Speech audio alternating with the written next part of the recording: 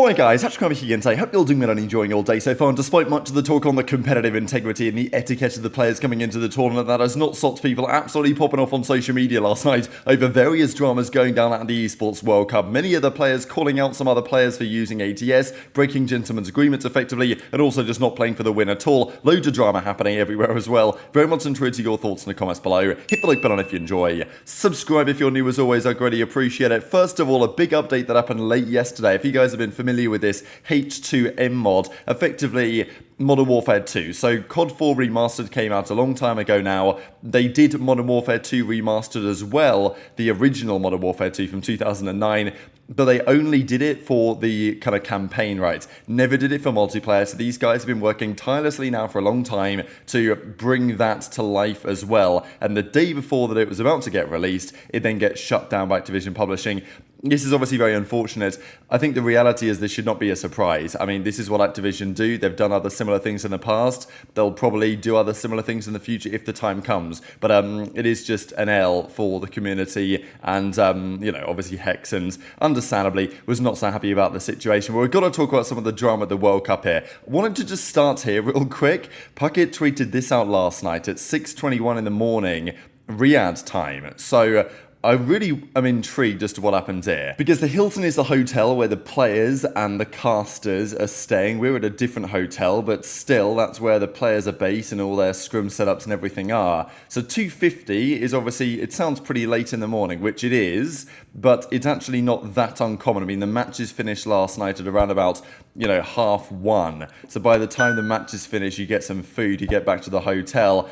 It might not be too dissimilar to this kind of time. So I don't know what happens here. Maybe it's completely irrelevant to any of the COD players, but I just wonder how many people are staying in this hotel, because a lot of the people that are staying at the various hotels around here for the World Cup stuff. So there might be something interesting in that. I don't know, some sort of incident regardless. Yesterday, of course, started off the production stuff. It wasn't ideal. Like, there were so many problems that they were dealing with. Of course, they have the dev error stuff as well. As aBeZy says, you know, the dev error problems were just completely derailing effectively everything that was going on yesterday. The players are as well still dealing with some jet lag. I do wonder if, like, the next time the players come here, which I think it will be a thing again, whether they'll come even a day earlier. Because they left pretty much on, like, Sunday, but by the time they got here, it was basically, like, you know, Sunday, Monday, but they got here late Tuesday. Then you've got to get up early on the Wednesday for media day. So, you know, the players are definitely jet lagged. They're falling asleep, and, you know, it's interesting what that means. The team that, of course, was local, didn't have to do any of the traveling, was Team Falcons, and they honestly put up a very solid fight yesterday. I think people were probably expecting them to just get slammed,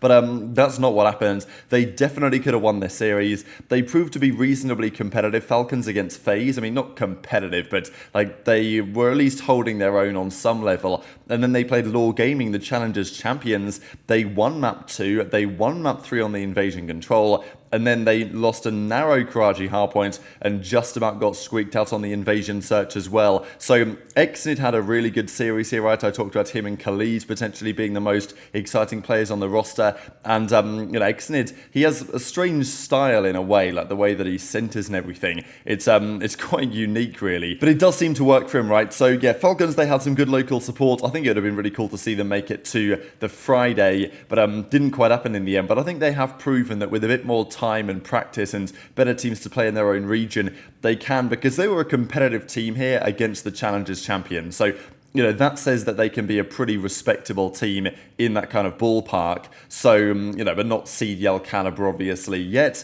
Maybe that's going to take a bit of time and some changes to actually make that happen. Nasties, of course, with a great series on the other side as well when it mattered most. So they go home, $20,000 earned. A team that was expected, of course, to fall out in the group stages, but I thought it was cool to see the fight that they actually put up in the end. The series that caused more drama, though, was this one, because we had two teams yesterday, pro teams, get knocked out of the tournament by a Challengers team. We saw it, of course, with Gentlemates taking down G2, and now we have Stallions against Team Heretics. Now, this was, like, just a shocking series to watch. I mean, look at it, 250, 248, 6-5, 3-2. As close as a 3-0 as you can actually get. But it was one of the lowest quality 3-0s, or really anything you're ever going to see. And to make that point clear here, I mean, game 1 was just atrocious. Like, it seemed like nobody wanted to get on the hill or even try and win the game. Game 2 was arguably worse, or definitely in the conversation, the way that this round managed to go down, especially because I thought the funny thing was that Heretics were the team that were snaking. There was all this talk about it, wasn't it? The Challengers teams, they're going to break the GAs. And maybe they were, and we'll discuss that in a second, right? Some drama on that yesterday. But even just considering the fact that a one team really that decided to absolutely snake was basically in this moment here with Lucky. I mean, look at him go. Snaking the heady up and down, up and down, up and down.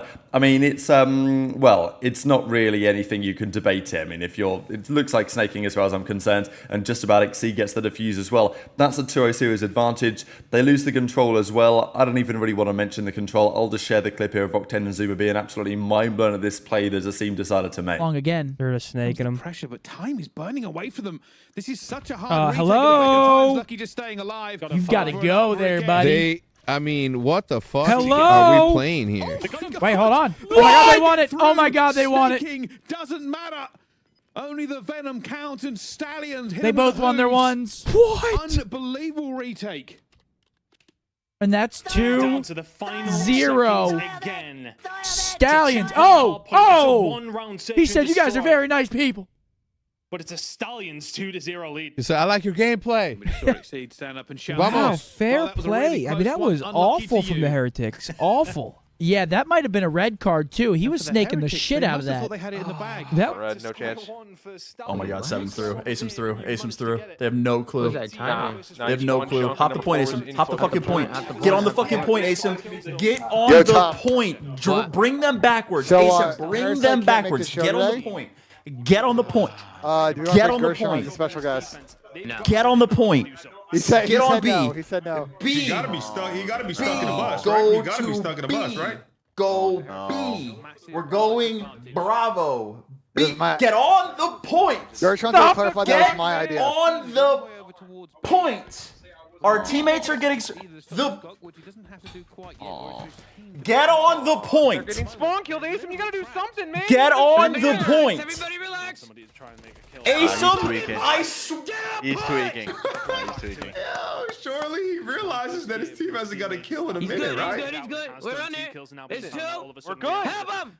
Yeah, now we live. We draw him back. And as I say, the funny thing was the clips I just shared from the search and the control, but Kenny was like, yeah, that was the worst hardpoint map of all time. You got to lock these guys up. So, you know, he did the replies, and yeah, he says like worst series ever as well, because it didn't get much better from there. Open the jail cells ASAP, says Kenny. He's like, look, these guys are going to go straight to, you know, ReeaL prison or whatever after what we just saw. Even Capsidal was having a back and forth there. So Cap says like, this lobby is awful. He's roasting Heretics for playing terribly, and obviously roasting FaZe back as well for not being the best. And Dylan Rex on the team, of course, comes in the replies and says, I promise you're terrible, bro. You know, why you're tweeting me, etc., etc. They have a back and forth. And yeah, I thought it was rather interesting. So anyway, that was the second series of the day where a pro team goes out top 16. I mean, Heretics just got slammed here, and you got to think, right, because they were just playing awful COD, like genuinely just atrocious, and they were a team that at the World Championship looked reasonably competitive. They did quite well, of course, made it to champs in the first place, were competitive at the World Championship, took down Surge, of course, in that first round, and then in the first round of losers, and eventually made it on to what, top 6 in the tournament. Eventually Heretics finished at champs. They were coming in here as hot favourites to make it out of their group. I mean, they were favoured to probably beat Boston, let's be real, and who knows how good Boston are, really. Okay, they beat Heretics, but well done. I mean, they didn't play their best COD this series. Can they get back to that point? I mean, is this going to be a dagger that forces them to make some sort of roster change? Because when you fly all this way to just get slapped out and about, well, they obviously, this series was quite long because it was close maps and it was all Karachi, but still, it's not the best showing. And then the other drama of the day was going down with other pro players, namely potentially the amateur players themselves, on some of the, well, decision-making, shall we say, that was being made. Even Octane and Kenny had a back and forth on that Heretics series, saying, look, I just turned my PC off. It was that bad to watch. And as Sib says, though, no respect for amateurs using single tap, absolutely horrid. Now, I think when you look at teams like Falcons and a lot of the other challengers teams, they're all using single tap to sprint rather than, you know, the double tap to sprint option, which is what the pros decide to use. So it's a GA, and the pros have decided to effectively gentleman's agreement single tap to sprint because as far as they're concerned, which is probably a fair point, at least in their opinion, it increases the skill cap when the players have to double tap to sprint. And there's always debate on it whether this is fair or not fair, whether it destroys the controllers or the thumbs of the players or whatever. That's what the pros have decided. That's what the pros have done, even though this season there's been talk about whether aBeZy or whether other players have actually been using it anyway. Because you can kind of tell, but it's not guaranteed that you can tell just from watching the POV. People think they can, but definitely playing against players that are using it, when you've got 4 of them using it, I think the players start to recognize it. So the question is what happens now, right? Because as Ghosty says in the replies, they agreed to follow GAs and pulled up running single tap. And Prolute's like, okay, who's actually doing it? And, well, anyway, as we see in the replies, people talking about Falcons, people talking about Gentlemates, maybe Vikul as well. It's tough to say because you can't see if the setting's on or not, right? And as we see in the replies here as well from a Seam, he's like, who's running it? Nobody on Stallions is. Saying, you know, we're not doing it, but even people in the replies are like, yeah, we can see you guys are running it, we can see Laura running it, you guys should be running it, whatever, right? So, you know, who knows exactly? But apparently the amateur players all agreed not to use it, but potentially still are, or some of them are, and of course, if some of them are and they're still in the tournament, then what does that mean, right? Do you start using it yourself? Because Gentlemates, if they're using it, or maybe they're not, I don't know,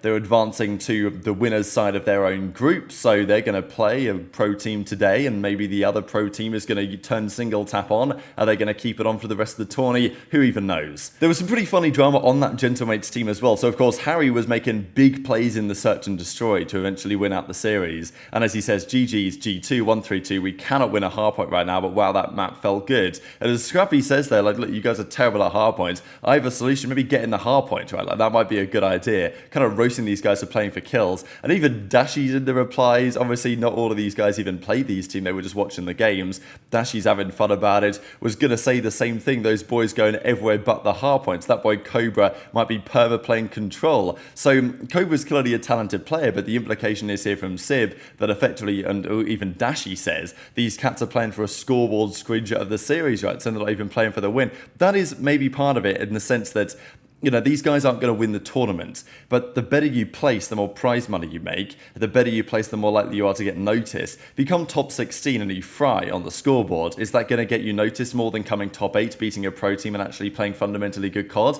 and still getting more prize money as a result? Surely that's the ideal, but still there probably will be a bit of playing for stats going on this tournament, and of course that was a bit of the debate right now as to whether some of the guys, especially on that team, were really playing for the win as much as they should have been, and seemingly they have a fair few things to think about, right? But it was interesting that like multiple pro teams that didn't even play these guys are, you know, coming out publicly and just saying how effectively poorly they played the game. However, let's get into the games of today. This is pretty interesting, right? That OpTic Gaming, the last time that OpTic Gaming even existed was 2019, and they play against TJ, of course, who was on that team back in the day, today. Not, you know, initially he said they'll face off later today. That's not true. They face off today instead, which would have been tomorrow when he did the tweet, but you get the picture because, well, these were yesterday's games, and today's games are going to be as follows. So we start off with OpTic versus Ravens in Group A, Cloud9 versus Vancouver Surge. So these are the decider games on the winner's side, the winner of these games, and these are some good games, right? I mean, OpTic Ravens, I think, is going to be very interesting, actually. Cloud9 should take down Surge, but that could be competitive, absolutely. 100 Thieves FaZe is really interesting. Ultra versus Boston. You know, I think Toronto should handle business, but, you know, the other 3 games I think are very interesting to see just how good Ravens are, and obviously OpTic, you know, should be warming up in the tournament, but who knows?